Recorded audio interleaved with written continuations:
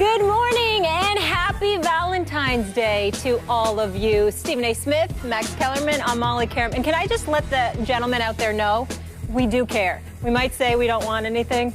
We care. Come through. It's my best advice. You ready to do this, gentlemen? Yes. Let's move on to sports. Okay, coming up, the one and only Magic Johnson will be right here in studio. How would he bring back the glory days of the Lakers? We'll ask him that. And you do not want to miss Stephen A. and James Harden going one-on-one. It's today, folks. It's later in the show. Police, I can't wait, yes. I forgot all about it. You should have seen him in Houston, by the way. Extra butter salt. Could y'all please turn the channel? Do not watch me with James Harden, please. This has been like your nightmare for a week now. I forgot all about it. I forgot that was today because Magic is in the air. I forgot that. Yeah, that too. It's going to be good. Let's do it. James Harden. Let's get you guys up to speed on the latest with the Knicks. So Stephen A. was working the phones quite a bit yesterday and has some interesting developments that he will share with you here first.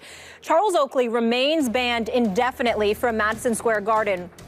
But there has been some momentum toward a resolution between Oakley and Knicks owner James Dolan. Here's part of a statement that NBA Commissioner Adam Silver issued regarding this disheartening situation. In an effort to find a path toward New York Knicks owner Jim Dolan, Charles Oakley and I met today at the league office along with Michael Jordan, who participated by phone. Both Mr. Oakley and Mr. Dolan were apologetic about the incident and subsequent comments and their negative impact on the Knicks organization and the NBA. Mr. Dolan expressed his hope that Mr. Oakley would return to MSG as his guest in the near future. Stephen A., what is going on here? Well, Adam Silver and Michael Jordan basically, I mean, you can call it an intervention if you want to, but James Dolan, Charles Oakley, and Adam Silver met at the league office. Michael Jordan was on the phone. There were no lawyers involved. Michael Jordan spoke up on behalf of Charles Oakley, just trying to remedy the situation for what I've been told. And essentially what it comes down to is this. You want to do everything you can to avoid it becoming a legal matter.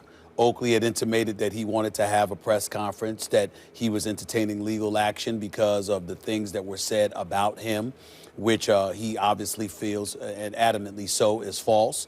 Michael Jordan confirmed that. According to my sources, he said he is not an alcoholic. He's a social drinker, just like a lot of us are.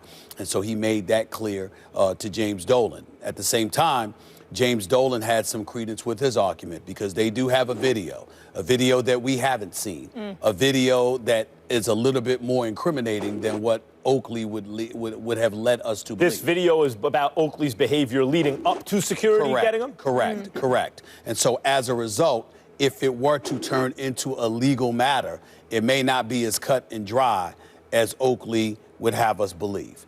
In any event, James Dolan made it very clear, according to my sources, that he doesn't want to, move forward with any kind of legal action or whatever the case may be.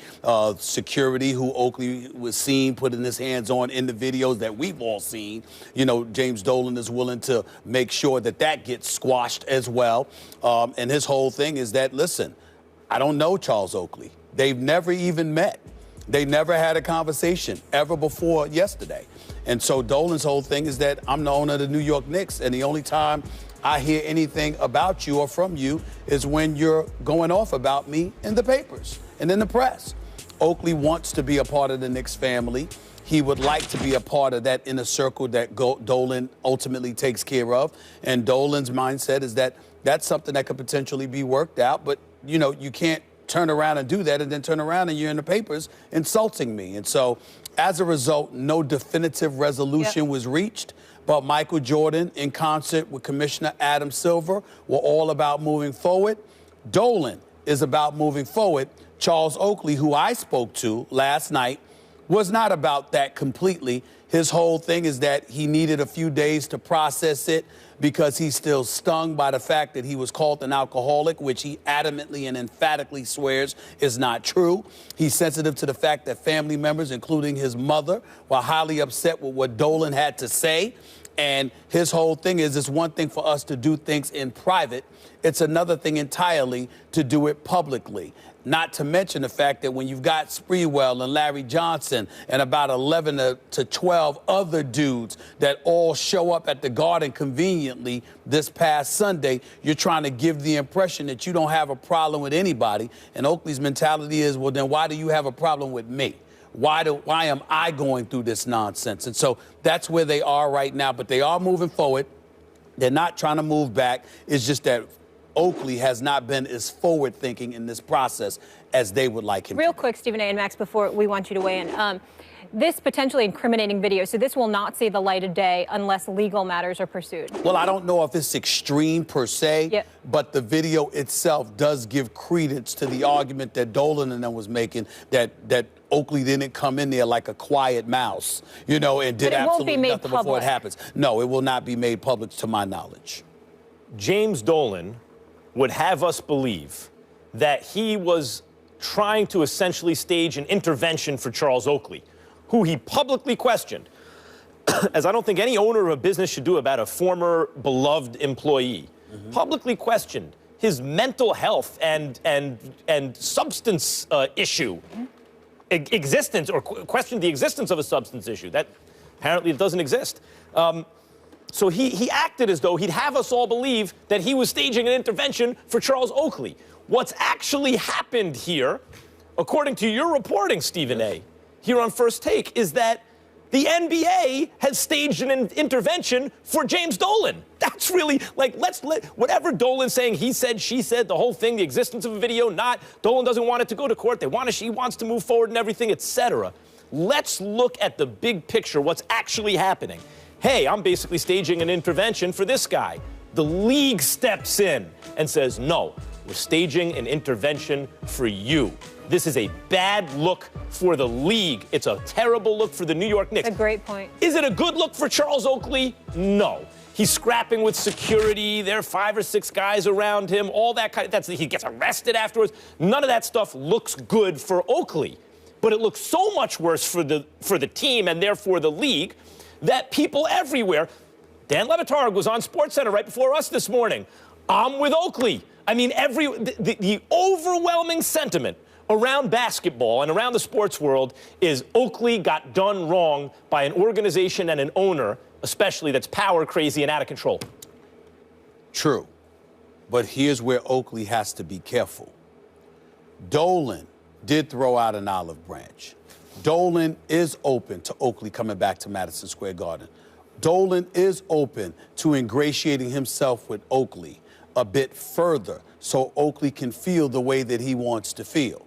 Because Dolan acknowledges that, because Dolan has said so in front of while Michael Jordan was on the phone in front of Commissioner Adam Silver, and Commissioner Adam Silver and Michael Jordan were witnesses to this conversation, you don't then turn around, if you're Charles Oakley, and say, damn all that, blah, blah, blah, blah, blah. Because then now Dolan could wash his hands of everything and he would be justified. So even though at times Dolan doesn't come across as the brightest candle on the birthday cake, let's be clear, at the same time, he is being smart about this. And Oakley does. Look, it's not a stretch for people to imagine, hey, if you never met Charles Oakley, you think he might be a stubborn dude? You ever watch him play basketball? Yes. See 5 bodies around him? He was the one who came out with the loose ball. Of course, you have to have a certain amount of hard-headedness, metaphor, you know, not just literally to get that ball. But it's interesting you bring up Oakley's desire to be a part of the organization and maybe feeling shunned led to his public critique of Dolan. Sure, that may exist. And a thing I don't like about what Dolan's doing is if he is seen as magnanimous, simply because he's in a position of power, he will welcome Oakley so long as there's no criticism of him or the organization. That seems like a fair barter in terms of the truth of the matter, but in terms of the way people are conducting themselves, you feel like telling Dolan, yeah, dude, you have the power so you can insist on that, but all you're really bartering is access in exchange for no criticism. But listen, I spoke to Oakley. I've known Oakley for 20 years, and I got a lot of love for Charles Oakley. But let's be clear, in fairness to James Dolan in this particular instance, the fans can feel any way they want to. Oakley is different. Oakley is a former player. Now, if you just want an apology and you want to move on with your life, that's one thing. But Oakley, at least through reports, has given the impression that he wants more than that. Oakley takes, I even get taken aback when I hear Charles Oakley say, I don't understand why the guy doesn't like me. I just want to figure out why, blah, blah, blah. That's not the Charles Oakley I know. The Charles Oakley I know could give 2 cents how you feel about him. You could go kick rocks. So why do you care? Chances are you care because in some capacity you want to be employed by this man. Now, he hasn't openly admitted that, because I have asked, and he hasn't openly admitted that. There's no question in my mind, however, that that's what he wants. You want to sit up there, and because he's taking care of other players who are less storied in Knick lore than you are. So if they're getting a paycheck from the billionaire, why can't Charles Oakley get a paycheck from the billionaire? And if that's what your mentality is, I'm assuming, I don't know, but if that's what Charles Oakley's mentality is, Max, then the question does beg, it's one thing for the fans to be insulting to James Dolan, but James Dolan is under no obligation to pay people who are going to then turn around and insult him. That's just not smart. That is true, but that's what Charles Oakley has to remember. I want to contextualize that a little bit, though, because I had lunch with a Knicks legend one day. I won't mention his name here. On the day of the decision, where LeBron went to Miami, and everyone in New York was very upset about it. Yep. And this legend was talking about the fact that the Knicks don't trade on their past, specifically those 2 championship teams from the late 60s, early 70s.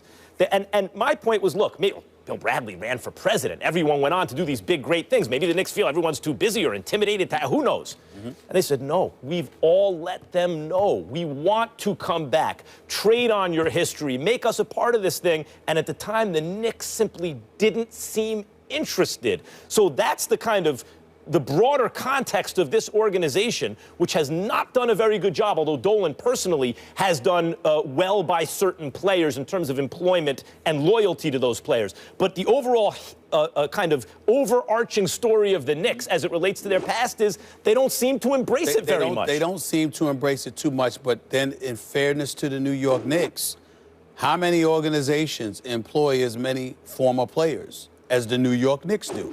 I don't know the answer to that question, but the Knicks have dared me to find out. So obviously they're very confident that in comparison to their contemporaries, that they do right by their former employees, more so than they're given credit for and more so than other organizations. If that is true, then you're Oakley. You have to think about that when it comes to talking about Knicks in the future.